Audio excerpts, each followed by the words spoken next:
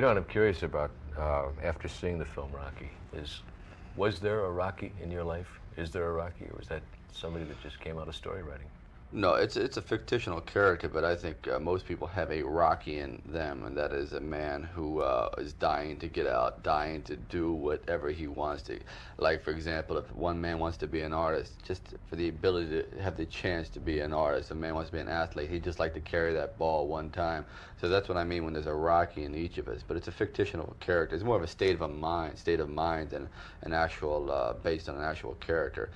The format, of course, is very strongly designed around Rocky Marciano. The man dreams of being Rocky Marciano. Unfortunately, he doesn't have the equipment to be a great legendary fighter such as Marciano was. You had, in the credits, it said that the boxing choreography was done by you. Right. So you had a background in boxing? No, it was just a matter of studying the styles. I went all the way back to Stanley Ketchel fighting Jack Johnson at the turn of the century, and what I wanted to do was take the best moments from fighting for the past 70 years and condense them into 9 or 10 minutes, and that way I had a surefire fight sequence. You know, at least all those men that had paid the price for many, many years, I condensed it, and so I knew that was the formula. Then I had to choreograph it so there was a rhythm there. It just wasn't random slaughter, as it were. It was a kind of a ballet, a movement, and it finally built to a crescendo. It wasn't just haphazard punching. I noticed that, well, the movie opens with a fight. Right. And you're obviously not less equipped physically, but less equipped as a talented fighter. Right. In that particular opening than you are. You know, you're dynamite when you get in the ring for the final fight, the championship fight. Now, in fact, I wanted to mention that the movie's of great local interest here because Talia Shire is Francis Ford Coppola's sister. Right. That's San Francisco.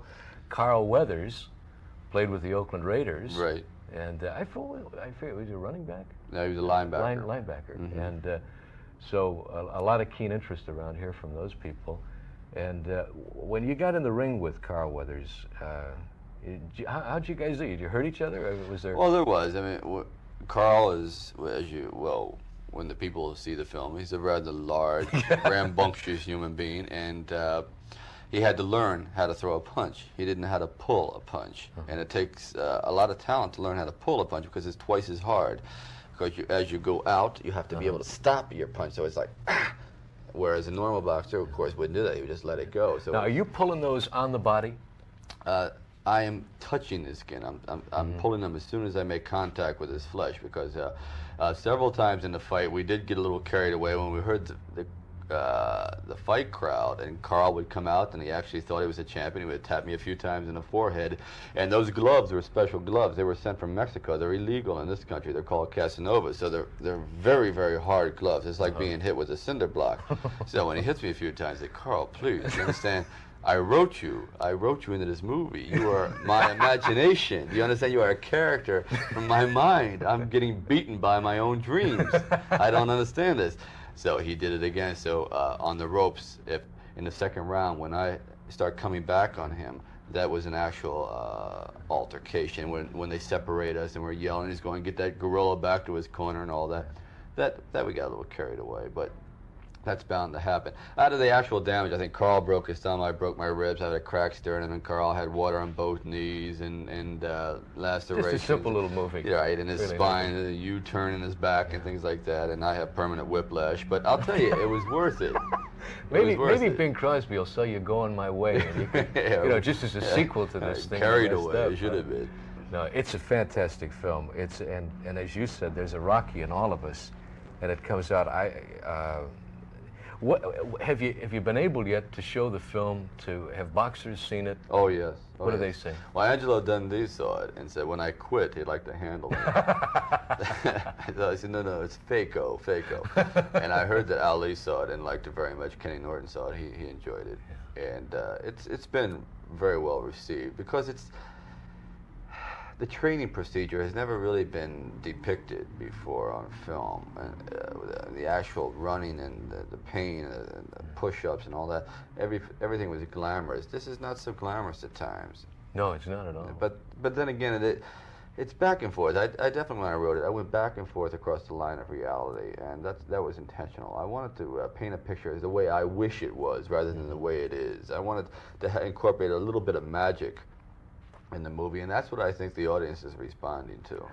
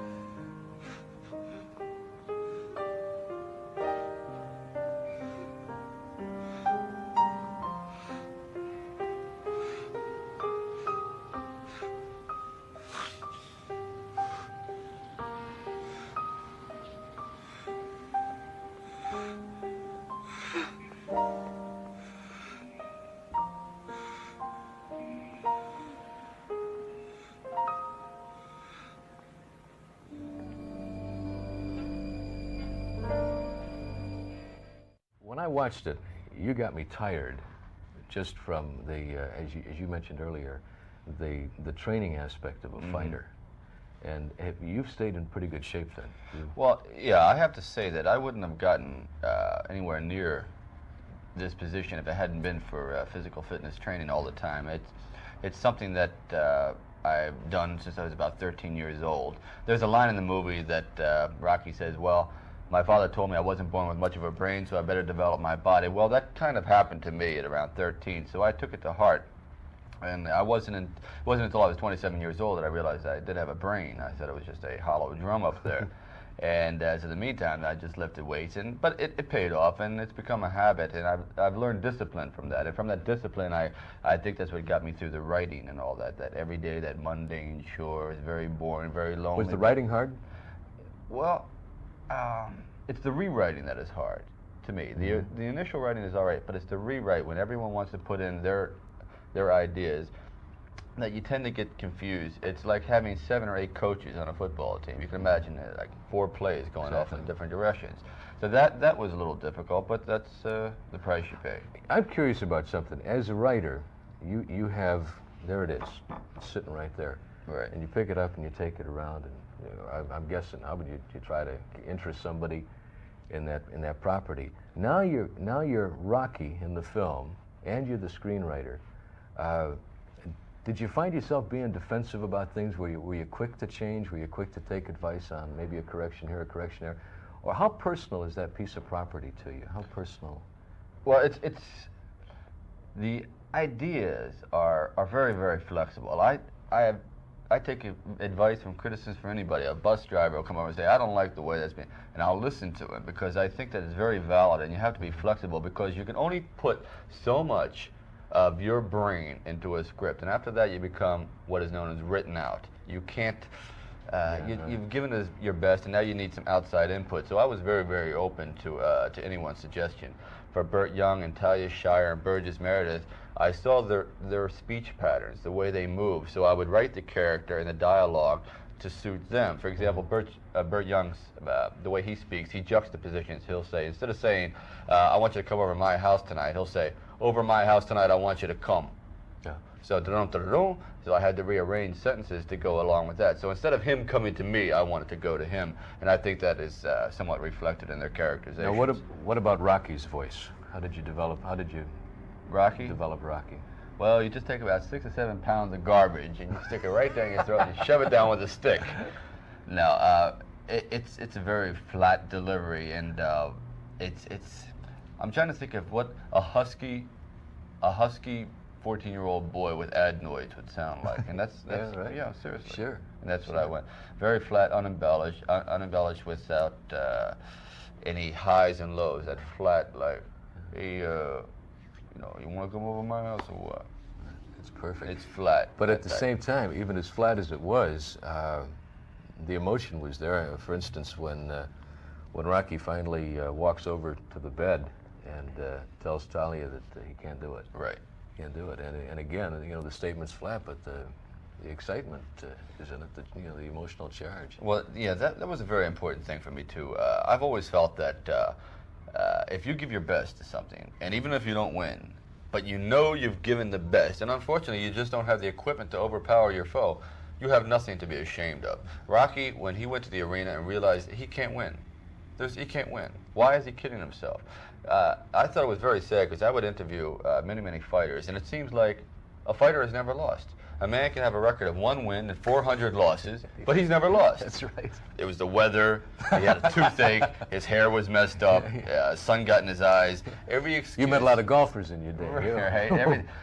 I say, admit it, you lost, and then you can start rebuilding. As long as you live this illusion, this false reality, that's when it becomes crippling, and you eat inside, you become crazy. So Rocky that night goes, he looks over the situation, and he comes back to his girlfriend and says, I can't win, but I don't care. If I can stand up, that's good enough. Sure. And that to me is very important. I feel that anyone, whatever their chosen profession, if they can at least have the opportunity to try. If they fail, all right, but at least give them the opportunity. That's all. Can't do it. What? I can't beat him. Apollo? Yeah. I've been out there walking around, thinking. I mean, who am I kidding? I ain't even in the guys' league.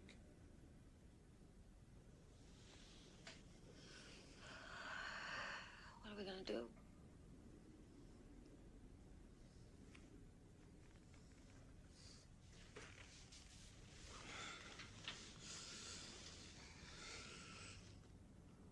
I don't know.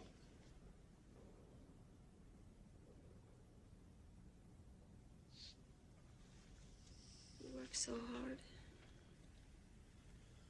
Yeah, it don't matter, 'cause I was nobody before. Don't say that. Oh, come on, Adrian, it's true. I was nobody. But that don't matter either, you know? 'Cause I was thinking, it really don't matter if I lose this fight. It really don't matter if this guy opens my head either. 'Cause all I want to do is go the distance.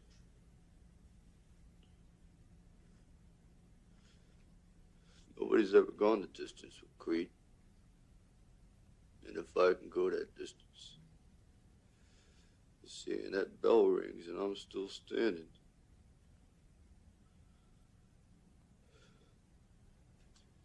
I'm gonna know for the first time in my life, see, that I weren't just another bum from the neighborhood. When, or did you at all, realize in the production of that movie that it was going to be good? That it was going to be special? Well, truthfully, when I walked out of the trailer, it was about 4 degrees, and in Philadelphia, the first scene was a running scene. And I wasn't sure about the director, how much he was going to be involved in this. And I walked out, and there I saw him laying in the gutter with a camera, and with the wind and the rats and everything blowing over him. I knew that we had total dedication. I knew I could hold up my part, and now I knew he could hold up his, and I thought we were going to, and I knew then we were going to be all right. Yeah, because some of the scenes are so dynamic. The scenes with Burgess Meredith, and then of course the other side of Rocky, the tender side, the Right. side with Talia, the girlfriend, and now Burt was the brother Right. of Talia in the movie. Mm-hmm. Now, when you were messing with the sides of beef, see, I got all these questions. I'm just so curious about these things, because there seemed to be some scenes in that film where you couldn't look at your partner and say, somebody else is doing it, when you were doing Right. those crazy one-arm push-ups. And some of the running scenes, you know, I just knew as a runner, this guy really runs. What about the side of the beef? Were you actually hitting that stuff? Oh, yeah. Again, when you're doing a film that... Pulling. No, that I couldn't pull. So they would tape my hands until they were like cement.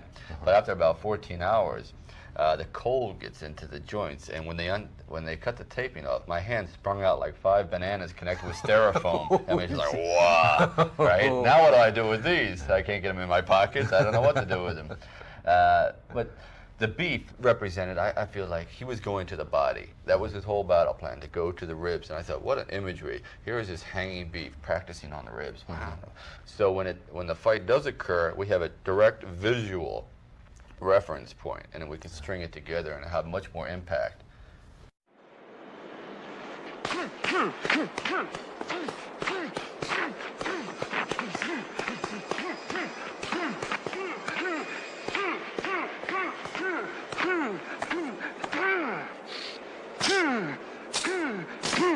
You're breaking the ribs.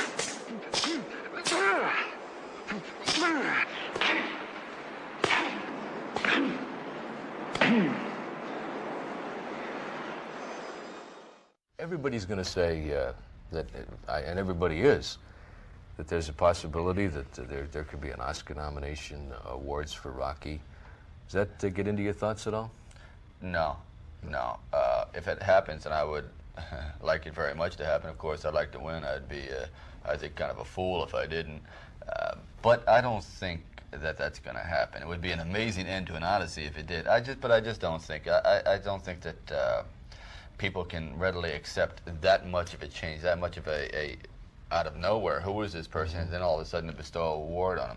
I think it kind of frightens people at times. They say, what is this? How come we didn't figure this out? Nobody figured it out. It just happened. It was luck. You know, honest guys, there was no plan. The films nominated for the Academy Award this year are All the President's Men, a Wildwood Enterprises production, Warner Brothers, Walter Colbin's producer. Bound for Glory, the Bound for Glory Company production, United Artists, Robert F. Blumoff and Harold Leventhal, producers.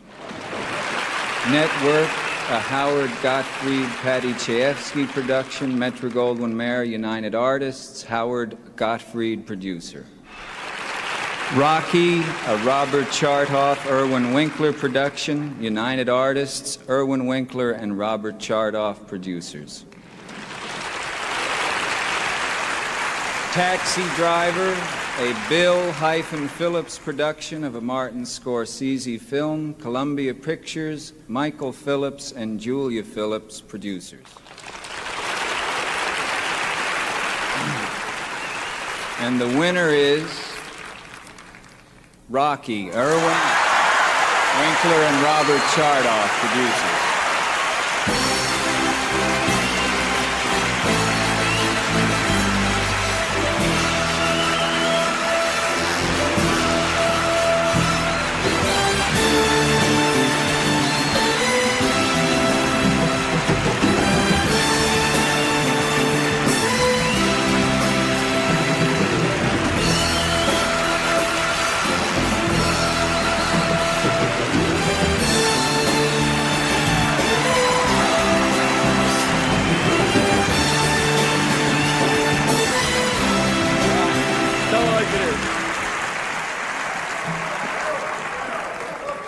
Sylvester Stallone, I'd like to thank you for sharing your dream of Rocky with us and for giving a performance that has enriched all our lives.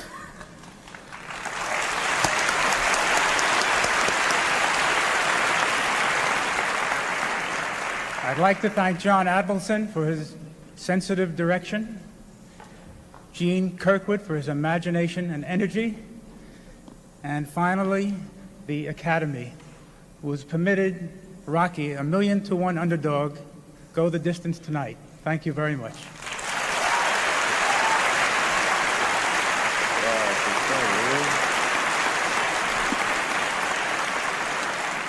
There were many people behind the scenes that helped us really achieve our dream. Arthur Krim, Eric Pleskow, Mike Medavoy, and Gabe Sumner at United Artists all were very, very responsible for us being here today. They really helped all of us live out the dream of Rocky. And to all the Rockies in the world, I love you. Thank you.